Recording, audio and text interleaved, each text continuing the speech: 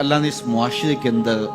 امیر اور غریب کے ذریعے سے دونوں طبقات کو آزمایا ہے۔ سارے لوگ دولت مند نہیں ہوتے، اگر سارے لوگ دولت مند ہو جائے تو نظم کائنات نہیں چل سکتا۔ سارے لوگ ہی جو ہے وہ غریب ہو جائیں تو پھر بھی نظم کائنات متاثر، اس نے اوپر نیچے رکھا، یہ اس کا نظم ہے۔ تو یہ آزمائش ہے عمرا کی، ان کو دولت دے کے آزمایا، اور غریبوں کی آزمائش ہے کہ ان کو جو ہے وہ نیچے رکھ کر کے مالی آسودگیاں وہ نہیں دی جو عمرا کو دی، اور وہ اپنی آنکھوں کے سامنے وہ آسودگیاں دیکھتے ہیں، لیکن جب وہ صبر کرتے ہیں اللہ کی رضا کے لیے تو ان کا صلہ رکھا گیا۔ اگر وہ بے صبری کا مظاہرہ کریں گے تو کر پھر بھی کچھ نہیں سکتے، لیکن پھر اجر نہیں ہے، لیکن اگر وہ صبر کر لیتے ہیں کہ یہ اللہ کی تقسیم ہے کہ ان کو زیادہ دیا۔ عمومی طور پہ یہ ہوتا ہے کہ جن کے پاس زیادہ نہیں ہے وہ زیادہ دیے گئے لوگوں کے ساتھ حسد میں مبتلا ہو کر کے اپنی زندگی کو خام خواہ کی اذیت میں مبتلا کر لیتے ہیں۔ ایک مالی کمی اور جو ہے وہ ایک ضعف ان کے پاس موجود ہے، اور دوسری یہ بیماری اپنے ساتھ خود جوڑ لیتے ہیں، تو گویا وہ دو آتشہ تکلیف ہو جاتی ہے ان کی۔ تو وہ ایک مالی ضعف میں مبتلا ہیں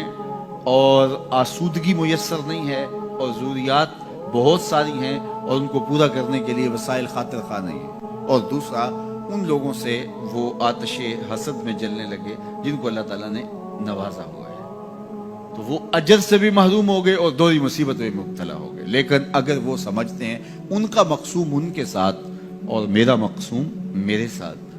تو اللہ نے جو مجھے دیا ہے میں پہلے تو کوشش کروں کہ اپنے معاملات کو اس میں بہتر کرنے کی کوشش کروں۔ جب ہم دائیں بائیں سے دیکھ کے اپنے گھر کا بجٹ بناتے ہیں اور دائیں بائیں دیکھ کر کے جو ہے وہ اپنے امور زندگی کو طے کرتے ہیں تو پھر ہم مشکل میں مبتلا ہو جاتے ہیں،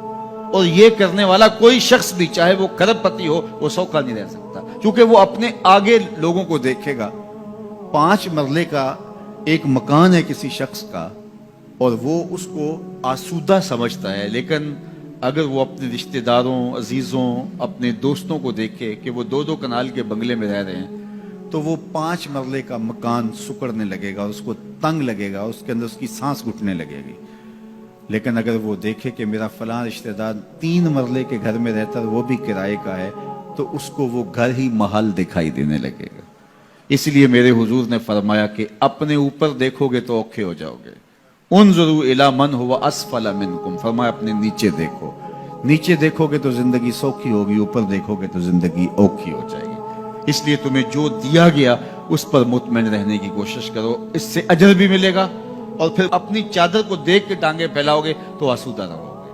اللہ اکبر۔ سنو سیدنا علی المرتضی رضی اللہ تعالیٰ عنہ حضور کا ایک فرمان ذکر کرتے ہیں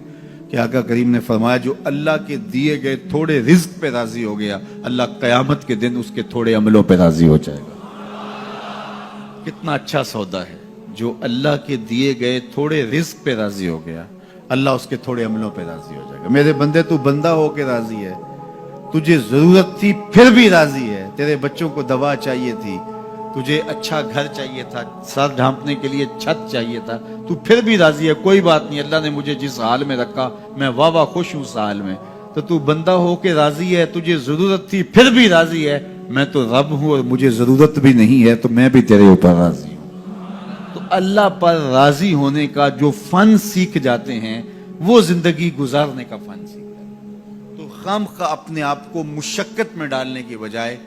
جو میسر ہو اس میسر پر اللہ تعالیٰ کا شکر ادا کرنے کی عادت ڈالنی چاہیے، ورنہ اس سے بھی زیادہ تکلیف آ سکتی ہے، تو پھر یہ ماحول اور یہ حیثیت انسان کو جنت لگے گی۔